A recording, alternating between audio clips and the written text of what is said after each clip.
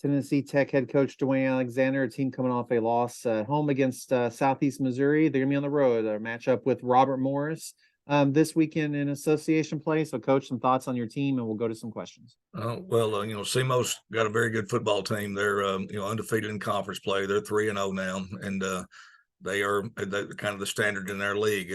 Them, along with UT Martin, has been for the last few years. Very good. This game was won and lost on the perimeter of the football game. Their wide receivers, just basic routine hitches or a couple of deep balls. We had a hard time containing them on the perimeter. If you told me going into the football game that their quarterback would not play the second half and that we would hold Geno Hess to 48 yards and we would hold them to 68 yards rushing on 1.7 a carry, I'd have told you we'd have had an outstanding chance to have won the football game. Their backup quarterback came in relief of DeLauren and did an outstanding job. I hope Patrick DeLauren is okay. He's a fantastic player in this league, and I know he took an injury to his throwing shoulder there, but outstanding player. But the backup quarterback came in and he played very, very well. Kept their team moving and was able to produce a couple of scores. Like I said, the perimeter was the difference in this football game. We did a good job stopping the run, but the 3rd and 8, 3rd and 10, 3rd and 11, they were always able to pick up a big first down. Just some, a couple of plays where they, their run after catch the ball. We're not able to get them tackled. They break off, 50, 60-yard run for yards after catch. So outstanding wide receiver play by them. And then offensively, we had a hard time, physically being able to block them on the perimeter and make the plays we needed to make on the perimeter. So they did not turn the football over in the game. SEMO did not. We had an opportunity for one early in the game where they mishandled a punt and we had some guys around it. That would have been a big momentum play. We weren't able to get on the ball. So we had a touchdown call back, and that put us in a 3rd and 20, which is almost 3rd and goal from the 20, which you're not going to convert a whole lot of those. We had some first half penalty, some drives that were just killed by ourselves where we, offsides, snap infraction, a thing like that. So we only had 10 possessions in the game. And when you squander 5 of them, you're going to have a hard time winning. Guys fought hard. We played hard. Defense played hard. Offensively, guys played hard. Jordan Potts, our freshman quarterback, I mean, he competed hard. We just, bottom line, you're going to play a team like SEMO, your room for error is very small. You got to execute at a very high level, and we just had a few plays on in every phase of the game where we did not. So now what we do, again, when guys are playing hard, they're practicing hard. You got to put it behind you. It's a 24-hour rule in this league. You better put it behind you. You better move on. We've got to go on the road to Robert Morris, this place we've never been, an opponent we've never played. But they are an FCS opponent. A lot of respect for their coach, Bernard Clark. I know he does things the right way. His guys, the film we've watched so far, they play extremely hard. They're coming off an open date, so they'll be rested and healed up and playing at home, and certainly eager to try to get a win at home. And, for us, this will be our 3rd road game in October. We've got to put the SEMO game behind us, and kind of a short week for us because we're going to have to leave Friday morning, to fly up there. And a game is a noon Eastern kickoff, which is 11 a.m. Central for us. So, for us, we need to, we kind of make sure that we take care of business here. You don't have time to sit around and worry about the other game. We didn't spend a whole lot of time on the SEMO game.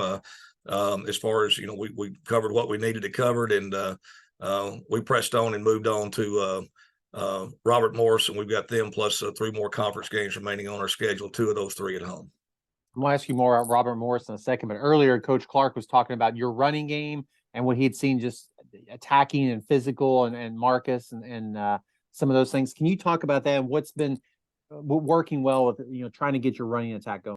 And Marcus is a really good running back. He's very talented. He's a big back. He's 5'11", 6 foot. He weighs 220 pounds. He's got quick feet. He runs with authority, runs behind his pads.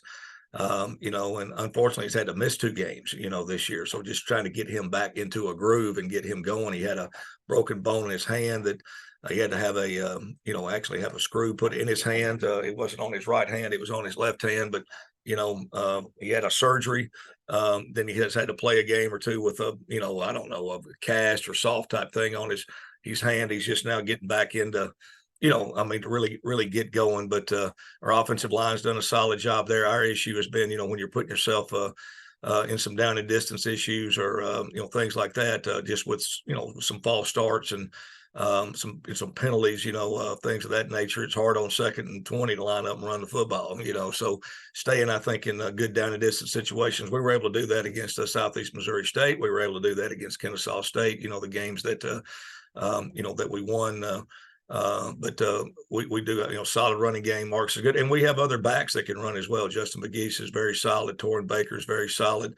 We have a good stable of backs. We get O.J. Ross back this week, who was a very talented freshman last year that had an off-season surgery that we now have 4 games left in the season. We got him back and can play O.J. in these last 4, and then defensively, we've been very good against the run. Again, we held SEMO to 68 yards, rushing. So we've been very good. We've had 4 games this year. We've held our opponent under 100 yards rushing, so we're playing well in the front 7 on both sides of the ball, but you got to finish drives. You get the ball in the red zone, which we had it against SEMO a few times. We just couldn't come away with points. We got a field goal.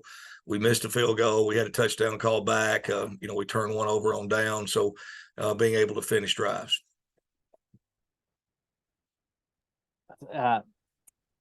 Lost my train of thought. For them, he talked about his team. They've had a lot of injuries, so just like everybody, but they've plugged a lot of different people in. How have you seen them on tape? Like how they've maybe changed some personnel around or something this year? Yeah, well, I mean, they've had to do that. I mean, I think, every team has to a certain point, in the year have to do it. I know we've had to move some guys around offensive line. We've lost 5 scholarship players to career-ending injuries, not just season-ending injuries, but injuries where they can't play any more football. So that's been, and when you lose that in the spring, early summer, preseason camp, that is tough. That's hard to overcome because you don't have an opportunity to go out and fill those guys' place, and to recruit. So we've had to move some guys around in the offensive line a little bit and try to find 5 that we can hang our hat on and keep healthy. And they supported those guys practice together as well. But they're very sound. They're very well coached. Their guys play hard. They play extremely hard. That's something that jumps out on you on film. They're very gap sound. They don't do things to beat themselves. They play very physical. They run to the football on defense, offense the same way. Impressed with their quarterback. They got big tight ends. They have some big skill players. They're a very good, solid football team. And like I said, I have a lot of respect for their coach and how he gets his guys to play. And had an opportunity to meet him for the first time at the Big South OVC Media Days. I was very impressed, with him and the standards he has for his program. And I think you're only going to see Robert Morris continue to improve. And you're talking about injuries. They're coming off a week off, so that should help them, a little bit to get some guys back. We're not sure some guys that we might see, that maybe didn't appear in their game, their Bryant game before the break. They may get some guys back, and we can't really concerned about that. It's about us. It's trying to, continue to press forward and improve our football team. Last question, we'll let you go. Is there something when you're playing a team for the first time, now they're a conference team, and the travel, you said all the unknowns, how does that sort of factor in for you? Well, it is. I mean, it's sometimes like some of your non-conference games, you're not sure, but a conference opponent, first time you've been there, like we'd never been to Lindenwood until, this year, not been there. You don't know like we've been to all the other places on our schedule, so many times, you understand the locker room situation or, where your access is to the field and, some of those type of things. So, and so no, but at the end of the day, the ball snaps, kicks off, the field's up, it's 100 yards long, 53 1/3 wide, and you got a sideline, they got a sideline. So, but we got to, we prepared for the trip. And, it's unusual to have it's first time for me to have a conference football game as a player or a coach that we've actually had to, to fly to, it's just too far for us to drive. So it's, that is unusual. The dynamics of that is made for, like I said, kind of a short week for us because our flight leaves at 11 a.m. on Friday, from Nashville. We have to bus an hour to the airport for that. So we're leaving here campus at 8:15 on Friday. And we got a noon kickoff, Eastern kickoff, 11 Central on Saturday. So, we've had to make sure that we've got everything game plan wise, needs to be simple, make sure we play fast and play hard. And,